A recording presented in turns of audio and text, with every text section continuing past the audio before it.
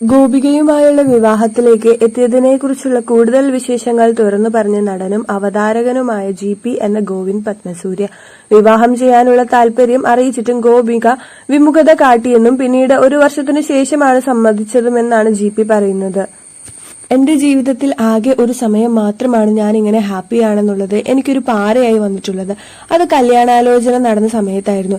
എനിക്ക് ഗോപി ഒക്കെ ആണെന്ന് തോന്നി. ഞാനത് അവളോട് പറഞ്ഞു. എന്നാൽ തുടക്കത്തിൽ എന്തു ചെയ്തിട്ടും അവൾ ഓക്കെ പറയുന്നില്ല. ഞാൻ ഫേക്ക് ആണെന്നായിരുന്നു അവൾ ചിന്തിച്ചുകൊണ്ടിരുന്നത്. ഞാൻ എപ്പോഴും വളരെ സന്തോഷത്തോടെയും സ്വീറ്റ് ആയിട്ടുമാണ് സംസാരിക്കുന്നത്. ഒരാൾ എപ്പോഴും എങ്ങനെയായിരിക്കുമോ എന്ന് മറ്റുള്ള സ്വാഭാവികമായും ചിന്തിക്കുമല്ലോ. അതോടെ എന്താണ് ഇപ്പോൾ എന്ന അവസ്ഥയിലായി ഞാൻ. ഇത് ഞാൻ കഷ്ടപ്പെട്ടുണ്ടാക്കിയ ഒരു ട്രെയ്റ്റ് ആണ്. ഒന്നും ചെയ്യാനാകില്ലെന്നൊടുവിൽ ഗോപികയോട് പറയേണ്ടി വന്നു. എന്റേത് അഭിനയമല്ലെന്ന് മനസ്സിലാക്കാൻ അവൾ 1 വർഷം സമയമെടുത്തു എന്നും GP പറയുന്നു. പിന്നെ വന്നതാണ് അതിലേറെ വലിയ പ്രശ്നം. ഇത്രയും ഹാപ്പി ഇരിക്കുന്ന ഒരാളുടെ ജീവിതത്തിലേക്ക് ഞാൻ എങ്ങനെയാണ് കടന്നു ചെല്ലുക എന്നാണ് ഗോപിക. താൻ അതിനെക്കുറിച്ചൊന്നും ആലോചിക്കേണ്ട, ഞാൻ എപ്പോഴും ഹാപ്പി ആയിരിക്കുമെന്ന് പറഞ്ഞപ്പോൾ അത് തന്നെയാണ് എന്റെ പ്രശ്നമെന്നും വീണ്ടും ഗോപിക. ഈ ഒരു സ്വഭാവം വളരെ ബുദ്ധിമുട്ട് തന്നെ ഉണ്ടാക്കിയത്.